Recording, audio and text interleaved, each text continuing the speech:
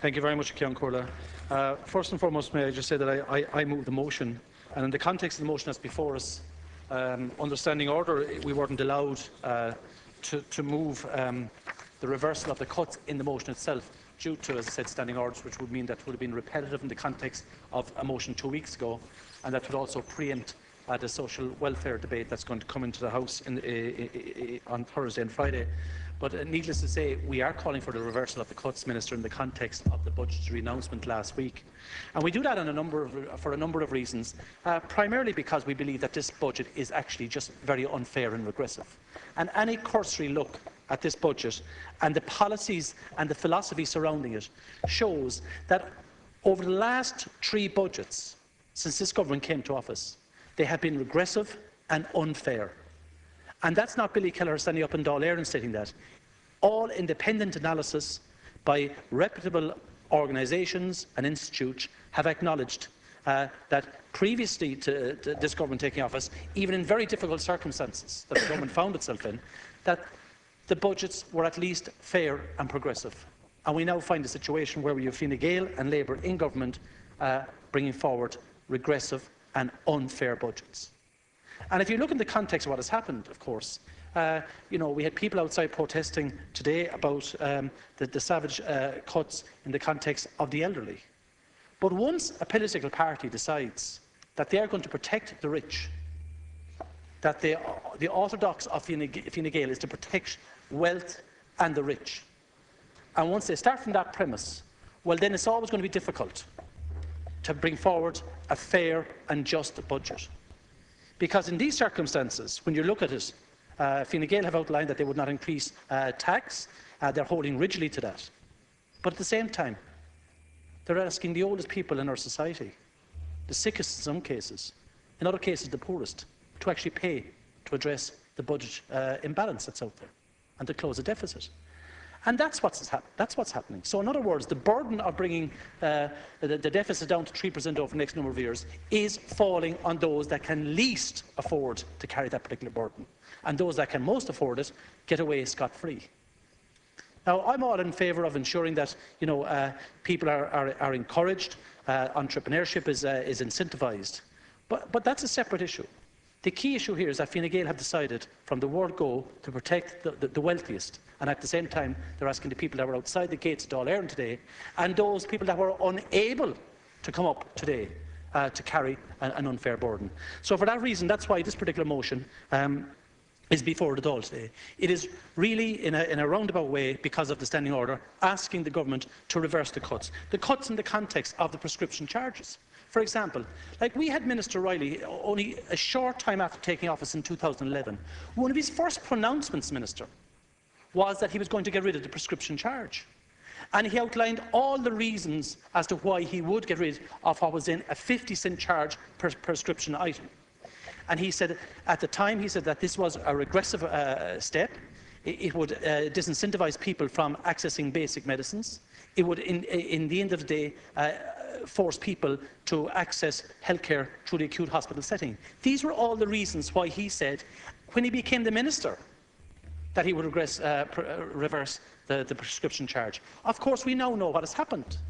He has 5-fold increased it to a maximum of €25 a month.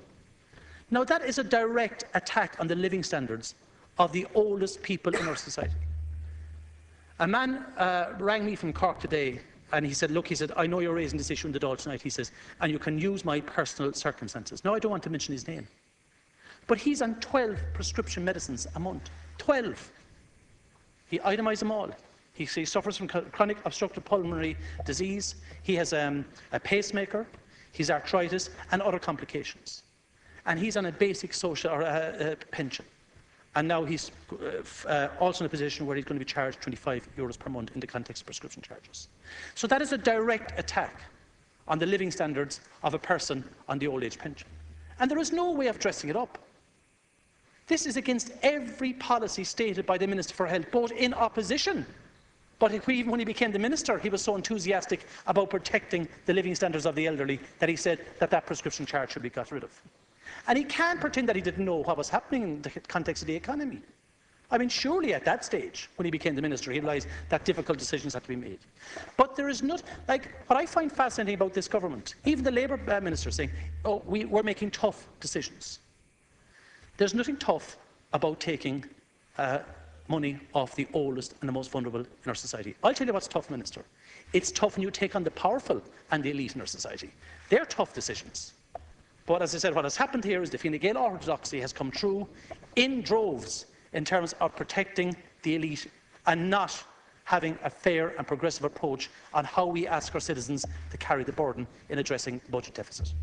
So for all those reasons, that's why this motion is timely, because it says, agrees that Irish society should protect the rights of older citizens and solidarity between the generations. You know, so Irish society should protect. And that's what we here represent. But the budget last week, as announced by Minister Noonan, but more importantly, the cuts that were announced by Minister Howland, simply undermine every basic decency in this society, that older people should be protected in their living standards.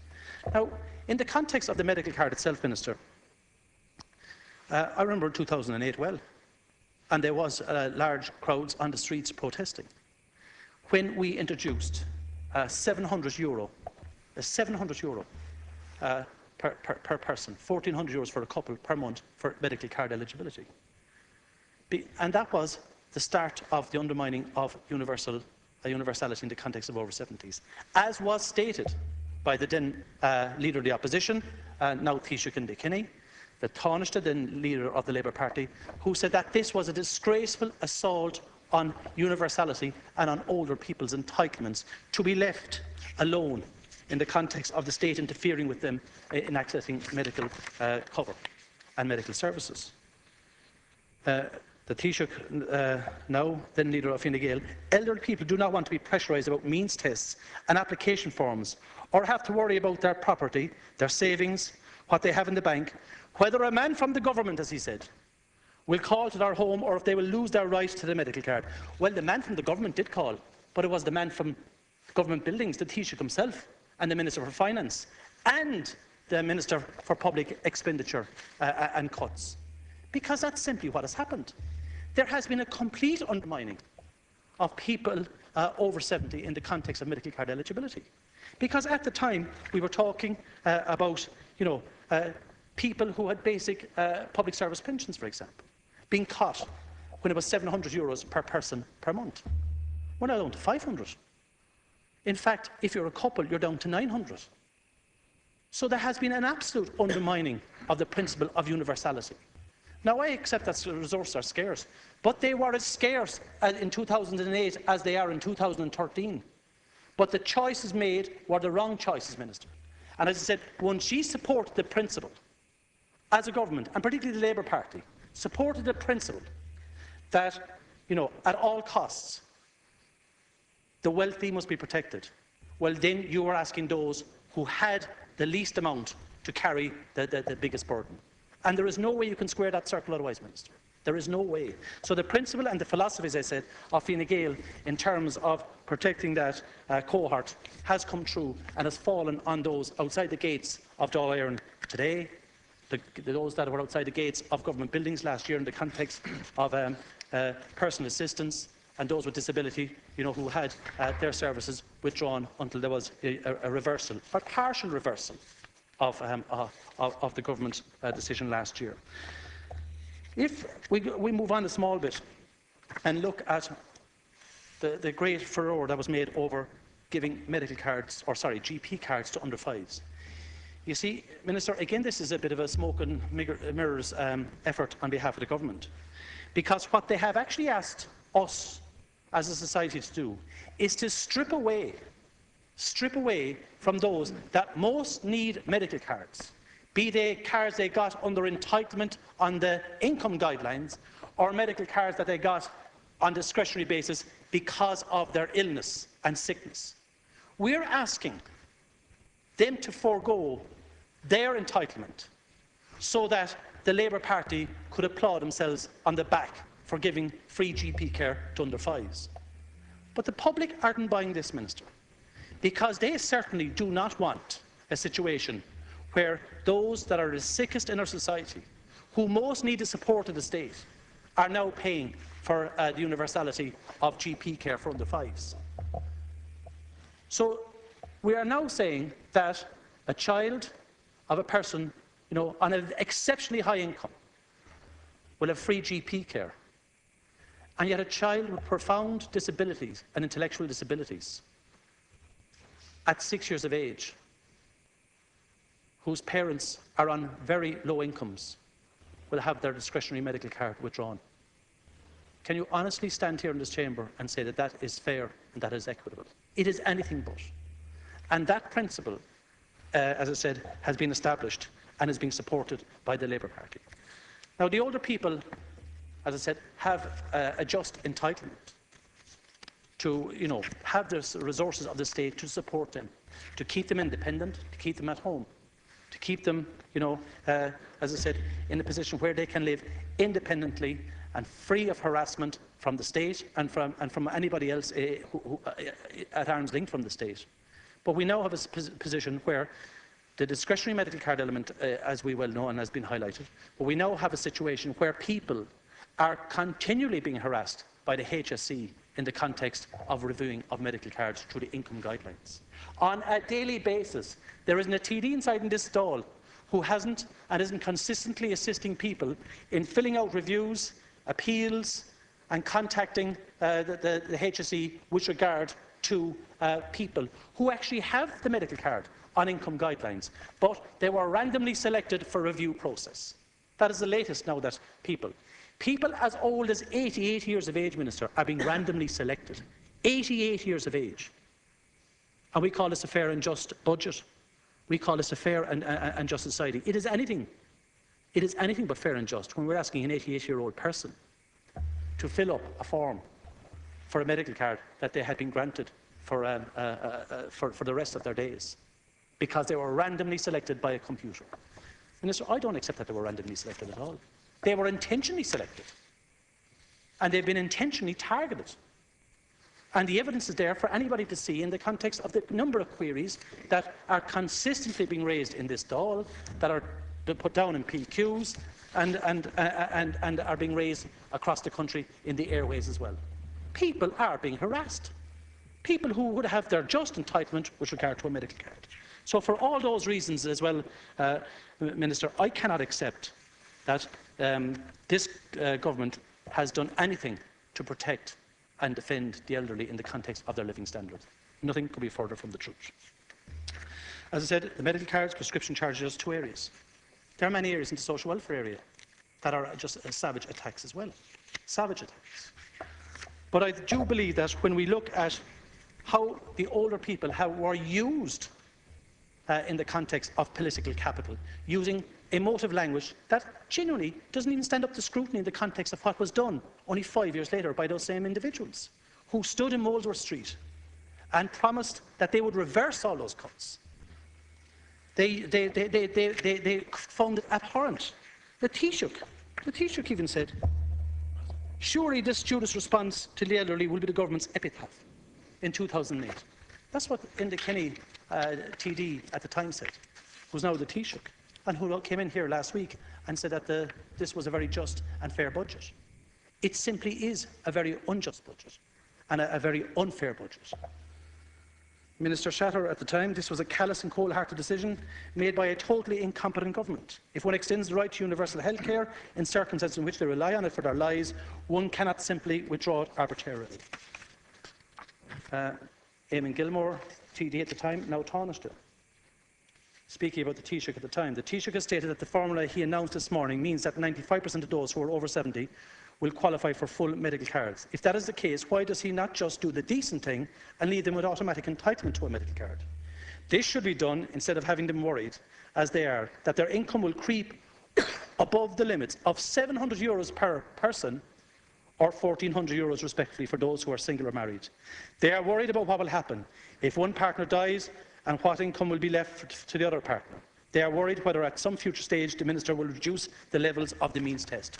Well, Deputy Gilmore at the time, now Taoiseach, was correct with his predictions. The Minister will reduce the level of the means test. Unfortunately, he never told the people in Molesworth Street 5 years ago that 'twould be a Labour Minister that would force the Minister for Health into a situation whereby they would have to reduce the income limits. It simply is unacceptable, Minister, that these particular cuts are being foisted on the oldest and the sickest sometimes in our society. And as I said before, this is an unfair budget. It is an unfair government. The philosophy that's been espoused by Fianna Gael has now inculcated into Labour Party, whereby ye are asking the elite, the oldest and the sickest, to fund and to continually fund and support the elites in our society, because that is a decision that Fianna Gael made and Labour have bowed to it. I commend the motion to the House. Thank you, Deputy. Deputy Willie O'Dea, 10 minutes. I want to compliment Deputy Kelleher for putting down this motion.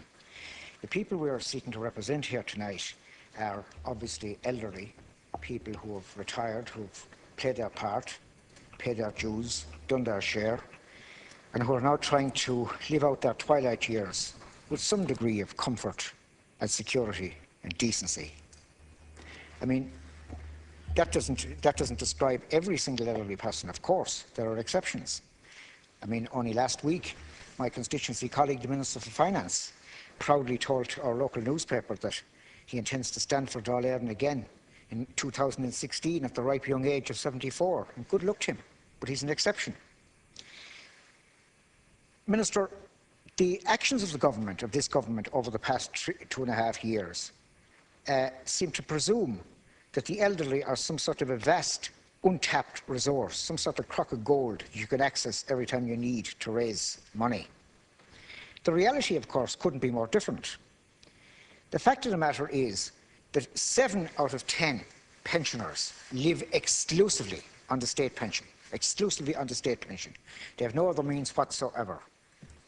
Of the 30% who don't, you'll find that many of them have very, very small private pensions, even smaller now, as a result of the pension levy that was supposed to end next year, but instead has been increased and expanded. 57% of elderly people in this country suffer from a chronic illness.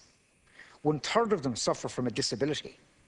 So the reality, Minister, for many, many elderly people in this country is poverty, cold, inadequate diet, loneliness, isolation, and sometimes despair. It's salutary to reflect for a moment on what has happened to the elderly just under the Social Welfare Code over the past 2.5 years of this government. During the period we know as the noughties, from 2001 to 2009 exclusive, the old age pension was increased in actual terms by 65%. 65%. When you strip out the official figure for inflation of 25%, that was a real increase of 40%. I wish it could have been more. They deserve more. But 40% increase in purchasing power was not a bad start. When austerity became the reality and the crash overtook us, the then government was forced to introduce a number of, as I say, austerity budgets and take some very hard decisions. But the elderly were protected under the Social Welfare Code, Minister. There was no diminution whatever in the old age pension, and the ancillary benefits were preserved. Ancillary benefits that incidentally had been increased and improved in conjunction with the pension increases between 2001 and 2009. Now, we have to look at what has happened since. The method of calculation for the contributory old age pension has been changed against the pensioner. Pensioner can gain from those changes. I know pensioners, and I can cite cases, that have lost 20, 30, 40, up to 50% of what they would have had under the previous method of calculation. It was a straight money-saving exercise. The transition pension is abolished from the 1st of January. That means that people who are compulsorily retired at the age of 65 will have to persuade the Social Welfare Department that they're available for and fit for work. Maybe they'll be offered one of those new training courses, maybe a force course at 65 years of age, and they'll be compelled to take up whatever they're offered in order to get the benefit of job seekers allowance, job seekers benefit, until they reach the age of 66. The free electricity allowance has been emasculated. In last year's budget alone, 84 million was taken out of the household benefit package. most of that from the free ESB allowance at a time when ESB prices are growing in leaps, the cost of ESB is going up in leaps and bounds. At a time when the cost of fuel is going up in leaps and bounds. 84 million. And, as I've said, the free ESB allowance was almost virtually emasculated. Last year also, the process began of dismantling the free telephone rental allowance, and that process was completed in this budget. For a government that committed itself in its programme for government, not in one of those manifestos that Minister Pat Rabbitte would tell you don't mean anything anyway, it's just what you say, but in the actual programme for government, you're committed to tackling fuel poverty. What have you done? You've reduced the fuel allowance, something that strikes directly at the elderly, the fuel allowance from 32 weeks to 26 weeks. In addition to that, you've reduced the respite care grant. Now, I'm only talking about measures, Minister, in the social welfare area. Deputy Kelleher adverted to the change in the medical cards for the elderly, the increase in prescription charges by 500%, a charge that was supposed to be abolished, capping tax relief for private insurance, for people who are paying private insurance, trying to look after themselves because they don't trust the state system, and who would blame them. The older you are and the sicker you are, the more that's going to affect you, or the more it's likely to affect you. Home help hours have been slashed by a million hours last year. We've seen the introduction of the carbon tax.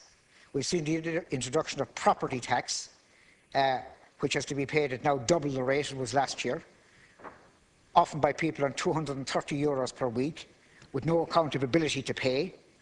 We've seen the pension levy introduced and extended for people who are thrifty enough to try to look after themselves. We've seen the gradual erosion of the nursing home support scheme. And of course, finally, we've seen the abolition of the bereavement grant. Now, I've mentioned in all there 17 measures, 17, and that list is by no means exhaustive. Now, I think any objective observer looking at this, and these all happened in the last 2.5 years, any objective observer looking at this would have to conclude that this has been a pretty relentless assault on a section of the population, many of whom are vulnerable and poor and ill. Somebody said once that growing old is like being increasingly punished for a crime you didn't commit. Well, whoever committed crimes against this state, it wasn't the elderly, and they shouldn't be punished. Now, to some extent, this debate, of course, is a charade, because we had today the announcement by no less a person than the leader of the Labour Party, I emphasise, and tarnished of this government, that no matter what is said here tonight, no matter what arguments are advanced, no matter what case is made, no matter what examples are given, it's all irrelevant. The cuts stand. The cuts stand. And if people don't like it, they can jolly well lump it. That's the stance of the leader of the Labour Party. Well, if that's what the leader of the Labour Party meant when he promised us a democratic revolution before the election, then God help Ireland. I was talking to an elderly woman only yesterday in Limerick, a woman in her 80s, living in a very, very cold house. Her husband is dead 20 years. Her only company is a little dog, which she keeps as her pet. She told me that she has to go to the dog shelter in Limerick next week to hand back the dog, to hand over the dog. She can't afford to feed him any longer because she needs to save the money out of her €230 per week to pay the property tax next year. Now, you know, somebody like that must be gagging when they're listening to the likes of the guff we heard out of Taoiseach Gilmore this evening, a man who is paid almost, what, 200,000 a year, and his spouse and another big state job, over 100,000 a year. Very difficult, very, very difficult, very difficult for poor pensioners to listen to this. Now, Minister, what we're saying to you tonight is you've manoeuvred this debate in such a way that there can't be a vote because you're afraid somebody here will break ranks, or they don't want the embarrassment of voting to do down the elderly. Very, very clever parliamentary gamesmanship. I'm sure the elderly will be very, very impressed indeed. So what I'm saying to you, Minister, here tonight is this. The Labour Party should do a U-turn. The Labour Party should do a U-turn. I know that U-turns can be politically embarrassing. I know all about that. But sometimes it's more important to do what is right. Take the pressure off the elderly and get the money from those who can afford to pay it, and you know who they are. Thank you, Deputy. Now I call on Deputy John Browne. Deputy Browne, you have 5 minutes. Thank you. Thank you, Cathaoirleach, and I'd like to support the motion of Deputy Kelleher. The attack on the elderly in last year and this year's budget, in my opinion, is nothing short of a disgrace. People who worked all their lives, mostly in bad times, to build up this country, are under attack from this government. And I have to say, this is a new departure for government. I'm a long time in this House, and I mean, in fact, over 30 years. And every previous government always prided themselves in looking after the elderly. But for some unknown reason, this government has decided to wage war on the elderly in our community. We've had the withdrawal of the telephone allowance. Many people have come to my clinics over the weekend expressing serious concern about this particular issue. A lot of them are dependent on panic buttons. And the Taoiseach announced last week that he was going to talk to Community Alert. Well, I have talked to Community Alert myself in my own county, and certainly they don't see any way forward in dealing with this particular issue, and it's causing serious problems. We have an increase in subscription charges. We have ESB allowance being reduced last year.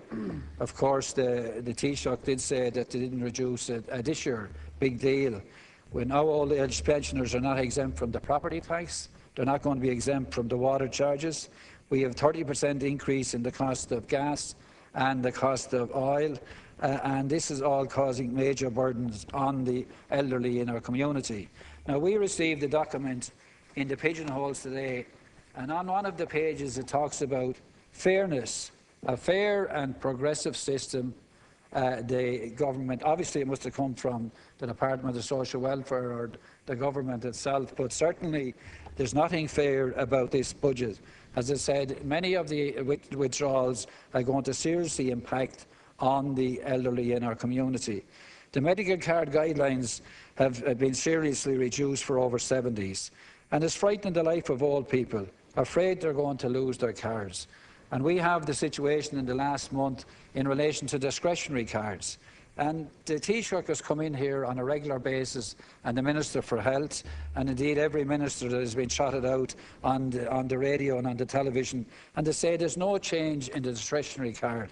Well, I can tell you from the people that are coming to my clinics and losing their medical cards, people with disabilities, people with cancer, people suffering from chronic diseases. And I give you one example of trying to get a discretionary medical card for a person. A month ago, a constituent of mine applied for a medical card, and as a result, the letter from the consultant said, end of life situation.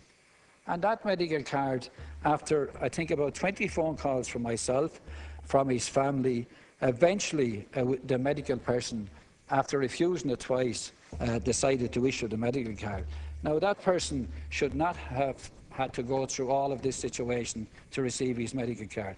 The consultant stated quite clearly on the letter, this is an end-of-life situation. So it's quite obvious that and when you talk to the people in the medical card section, they will tell you very clearly, I can't issue that. It has to go to the Chief Medical Officer in the medical card section. There should be no question when the consultant's letter says end-of-life situation, that discretionary medical card should be issued. But I think this government certainly has made a major attack on the elderly and the old in our community. It's the first time, as I said, in my time in this Dáil, that we've had a government that seems to be hell-bent on taking the extra incentives that the old people have to live in our community. We have the situation now where people are afraid to live out in the community. The Garda station, the local Garda station has been closed. The HSE offices have been closed down, health centres in many areas, and we're now left with older people living in fear because of the lack of Gardaí and the lack of services that are available to them. So I think, Minister, particularly in the area of the telephone allowance, and it's not a big deal to ask you to reverse this decision. It's not going to cause major financial disruption of the finances of the government of the day. But I think it's the one issue that I've had more representations over this weekend, over last weekend, than any other issue. Most old people still have the landline. In many cases, the only person to still hold on to the landline is the elderly. They need it for panic buttons. They need it to contact their people because many of them are not able to use the mobile phone. And I think it's a callous decision by this government to reduce and withdraw the telephone allowance. And I would ask the Minister for Health if he's listening. Obviously, he doesn't. I don't think he was in here last week. He's not too fond of coming in here to hear the truth. He'll go on television and he'll go on every airwaves that he can to attack Fianna Fáil and criticise Fianna Fáil. We're out of government 3 years. He's the Minister for Health. He has to deal with the day-to-day issues, and he's doing a very bad job on it at the present time. Thank you, Deputy. Deputy Robert Troy. Deputy Troy, you have 10 minutes. Can I compliment my colleague for bringing forward this important motion here this evening and giving us elected representatives of our respective constituencies an opportunity to voice what 5,000 to 6,000 people voiced outside the gates of Leinster House here today. 5,000 or 6,000 elderly people came out in a cold, wet day to show their frustration, their annoyance at how this government has reneged on so many commitments that they made in advance of the last general election. Talking to people out there today and talking to people throughout the weekend in my own constituency, they feel betrayed because this budget is a budget of a betrayal of the older people in our society. Where has the coalition's national positive ageing strategy gone? Was that consulted at all when the decisions were being made around the cabinet table? And if you look just exclusively in relation to the 2014 budget, cuts to the medical card criteria, lowering the limits, which will see minimum 35,000 medical cards for people over 70 taken out of circulation. And it'd be interesting to go back and listen to some of the now government ministers, what they had to say when there was limits of €1,400 and €700 introduced for the over 70s medical card. Quite interesting to listen to what they have to say and how their opinion on those limits have suddenly changed.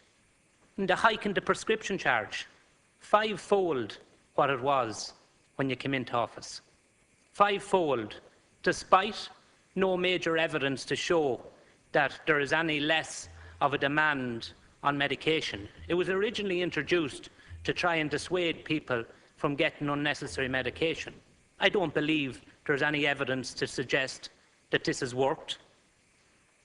What we do know is Minister Riley, as opposition spokesperson for health, said it was something he was going to abolish.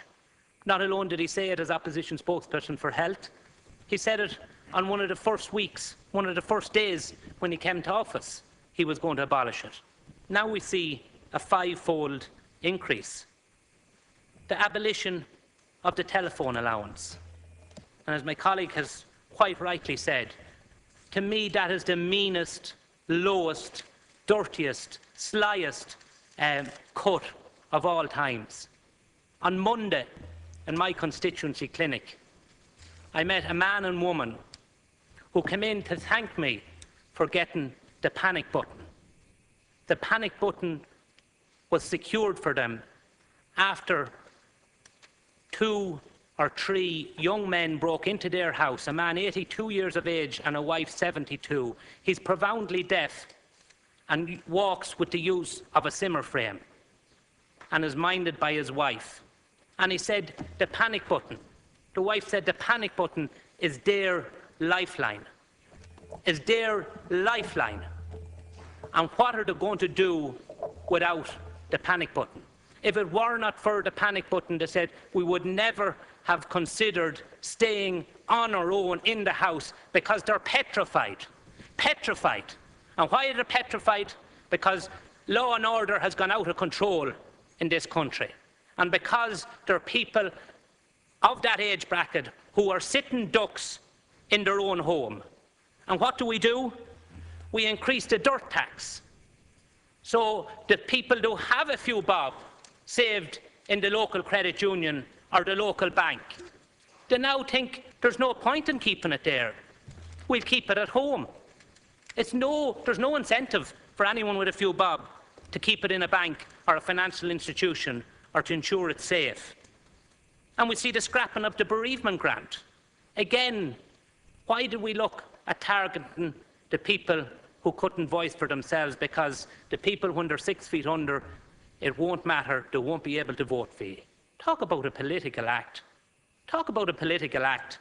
And then you talk about the cost of funerals has gone up and the people should shop around for an undertaker. What do you want the people to do in their time of grief, in their time of sorrow? Put it on e-tender and see who comes in with the best price. That's what you're asking them to do. Or go to the community welfare officer and they'll give you a grant, even though their budget has been slashed over the last 3 years. Even though the community welfare offices right throughout the length and breadth of rural Ireland is closed. Banlacarrigy gone, Rathdowne gone, Multifarnham gone, in my own constituencies, 3 community welfare officers gone. And where's the woman, the lady, the community welfare officer who used to come out to do those, to carry out the clinics in that area? She's sent to Trim and paid mileage to go to Trim, which is 50 miles from Mullingar, instead of coming out and conducting and being there for the people who need their there in the rural communities. Where's the sense? Where's the logic there? Blatant waste. Or the cut in the relief on the health insurance. And of course, Minister Noonan said it was a gold-plated health insurance. Who does he think he's cotton? Who does he think he's cotton? I had a couple on today. Man, 72 years of age, on the state retirement pension, his wife on the state retirement pension. They got a VHI bill last week, €3,270. They're not going to be going into the BlackRock clinic or the Bond Secures with it. It's a fairly basic package, cover, as he said, to ensure that if they need a critical operation or if they need to get into hospital at any speed, that they will get into it. As he said, peace of mind. And with the VHI increase that came last year, and with the new cut in the tax relief, VHI told him today that his premium has gone up to €4,200, a 25% increase in a premium. And I can guarantee you, Minister, it's not a gold-plated premium. And he said to me, sure, how can we pay it, Robert? How can he pay it? He said, I'm an old-age pensioner, the wife's an old-age pensioner. And he said, you know, he said, it sickens me, he said, to listen, he said, to the budget speech, he said, and saying that nothing has happened to the old people. He said, from the 1st of January, he said, we're going to be paying a full year property tax. He said, last year, he said, the cut our ESB allowance. He said they abolished the transition pension. His wife experienced that. Now, they didn't experience it, but when you think about it last year as well, there was a serious reduction in the Hope Help hours. And this is to a generation, to our parents, my parents, thankfully are still with me, pensioners, to grandparents who work so hard to build our country. People who are not in a position to supplement their income. Their income is their income, and that's it. And can I make one other point before I finish? And I'm glad, Minister, you're here yourself to deal with it. It's in relation to mental health and dementia, and so many of our elderly people suffering from mental health and dementia. You made a promise. You made a promise, and you reiterated time and time and time again during topical debates here that 35 million would be ring-fenced for community mental health for 3 years. The first year, it ran into the second year. The second year, which is 2013, 477 staff was promised for community mental health in 2013. And as of the 30th of September of this year, how many of those staff had gone through the full process? 4%. Why? Because we're going to kick that into next year's budget again. Because we kick it in and the 35 million is absorbed in the black hole that is the HSC budget. And where is the 35 million for 2014? Is it still in your back pocket, Minister? Because that's what you said. That's where you said 2012 and 13 was. You had it in your back pocket, and it was going to be spent on mental health. And mental health isn't just an issue that affects our elderly in society. Mental health is an issue that's affecting everybody in society. Mental health is such an important issue, an issue that people on all sides of this House come in time and time again raising the difficulties that so many people are facing, and they're not getting the support in their communities. And how can they get their support in their communities when you're continuing to break the promises that you made in your programme for government, in the full knowledge of the financial constraints? Answer me that one, Minister. Where's the 35 million gone for 2014? Gone where everything else gone in the black hole that is the HSC.